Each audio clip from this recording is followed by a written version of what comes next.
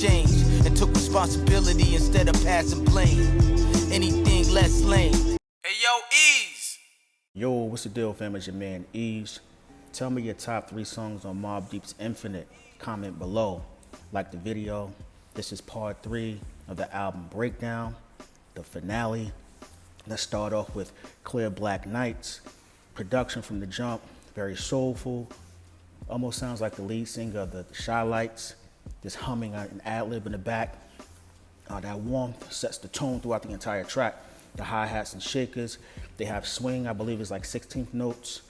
The kick drum, boomy, thump is there, but it's not overpowering, you know? I love how subtle the intro is. I think it's Ghostface stating that if you're looking for me, look up in the dark black sky, then P starts rhyming. What I love most about P's approach is that without needing the traditional format, no setup, climax, or conclusion, he's just talking his talk, bridging the gap between eras while utilizing emotion.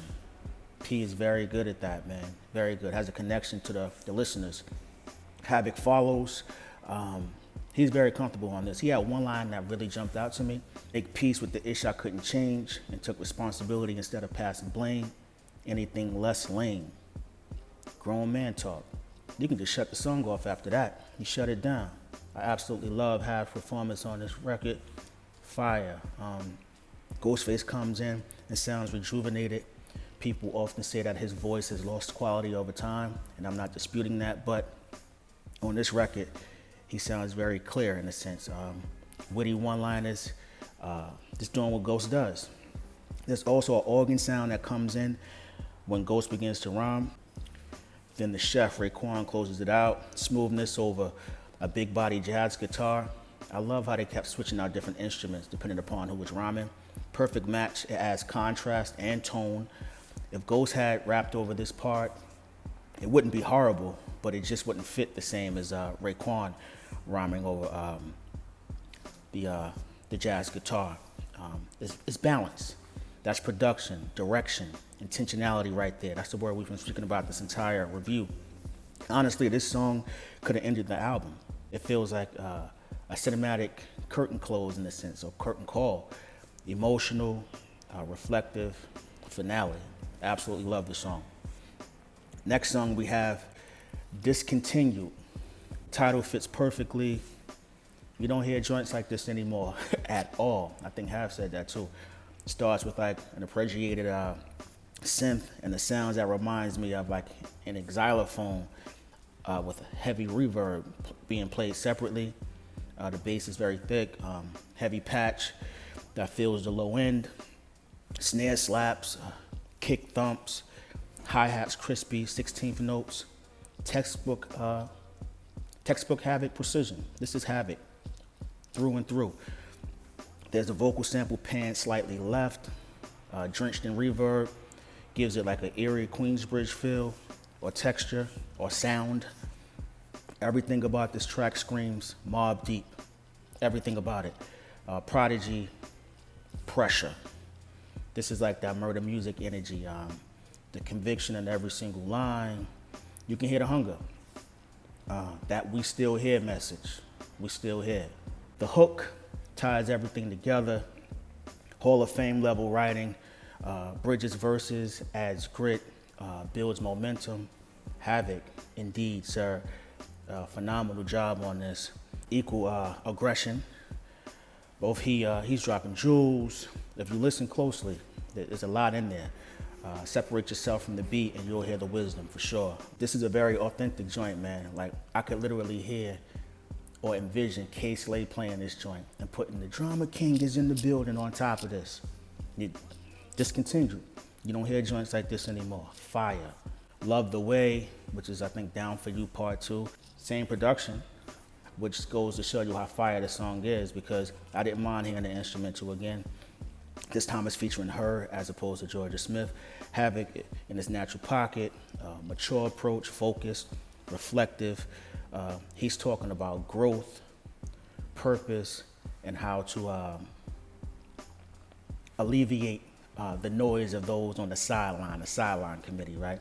It's talking about relationships between both he and his significant other. Nas shows up and does what he does best. No wasted bars. What do you say? I checked all boxes. Money, street cred, and real rap. That's the line that sums up the entire verse. Concise, elevated, and top-level writing. Compact writing. You don't need 38 to 48 to 100 bars to tell your story. Some people can tell the entire story in 2 bars. Prodigy takes a more grounded approach, almost a homebody vibe, right? If you listen to what he's saying, he's content, reflective, observing from the inside, in a sense. The contrast between these three verses in the song gives the track a lot of replay value. I'm not sure which one is better, but that's a good argument to have, right? That means both of them are quality. Production-wise, the layering is beautiful. The melody breathes. Drums punch. I love the tambourine on that joint. And the mix feels very intentional. H.E.R did her job as well, but we'll speak about that a little later. The last song that closes the album out is We the Real Thing. Production sounds like a 4-note sample loop, but it's deceptive. One of the notes is bent slightly, giving it that gritty character. The kick is thumping, snare truncated, and there's a high-pitched hi-hat that adds movement. As a matter of fact, it's more like the sound of like someone spraying a spray paint can. Different. Around the hook, Havoc switches up the percussion, tapping. Sounds like he's playing drums and hitting the top bell on the hi-hat, tweaking the kick a bit, the pattern. It's the small things that make things seem more active or more engaging or more exciting for the listener. Havoc and Prodigy both come direct, unapologetically Mobb Deep. This track sums up the album perfectly. They're saying we still us, still elite, still Queensbridge. Some people felt like, and myself as well, like I said it earlier, that Clear Black Skies could have closed out the album, but listen, I'm not complaining about that. I enjoy this record as well. We the Real Thing feels like a mission statement, closing the door with confidence, but not nostalgia, evolution, you know? Great listen, man. Quality album, The Infinite. I'm not here to debate a classic or 5 mic rating. Whatever you think is what you think, but you can't say this is whack, not in my estimation. It's sequenced beautifully. The production from Havoc and Alchemist, flawless. The mixing and mastering, thanks to Eddie Sancho and Diogo Zaccara, phenomenal. I love the contrast between their mixes. Mark Christensen on the mastering, elite craftsmanship. Every feature made sense from the clips. Jorga Smith added a different element to Down For You. I love her tone and approach and simplicity. Ghost and Ray, Nas, Big Noise, whoever was on the album, it made sense. And we can get into argument about who should have been on it and who wasn't, but I can't complain about who was there, you know? This album handled Prodigy's legacy with love, and those involved should get some kudos. The family of Prodigy, Havoc, Alchemist, Nas and Mass Appeal, Sean C. on the A&R direction and coordination. Phenomenal job, my brother. Infinite. Fire album. Still playing it, and I'm going to continue to play it straight through. This ain't a playlist album where you take 2 or 3 songs. This is absolute fire. And Amazon, where's my record, man?